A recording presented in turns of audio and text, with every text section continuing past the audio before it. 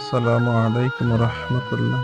সম্মানিত ভিউয়ার্স, যে বৃদ্ধ আহ, মহিলাটাকে দেখতেছেন, আসলে এই মহিলাটা আমার বাড়িতে দুধ দিতে আসে, রেগুলারই আসে। কিন্তু আসলে ইনি দুধ দেনেওয়ালা সেটা নয়।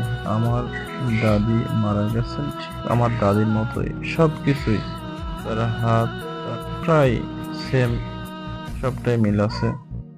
তো সেই জায়গা থেকে আমি সহ আমার যারা পরিবার, আমার বাবা, মা, ফুফুরা সবাই তাকে সেই হিসাবে মানে। তারপরেও এই মহিলাটা আসলে গরিব। তারপরেও আমার এখানে আসলে আমি ব্যক্তিগতভাবে দাদির দিক থেকে না, শুধু দাদির মতো মনে হয়, কিন্তু অসহায় মনে হয়। একটু ব্যক্তিগত দিক থেকে খুব মহব্বত করি, আমরা সবাই মিলে ভালোবাসি।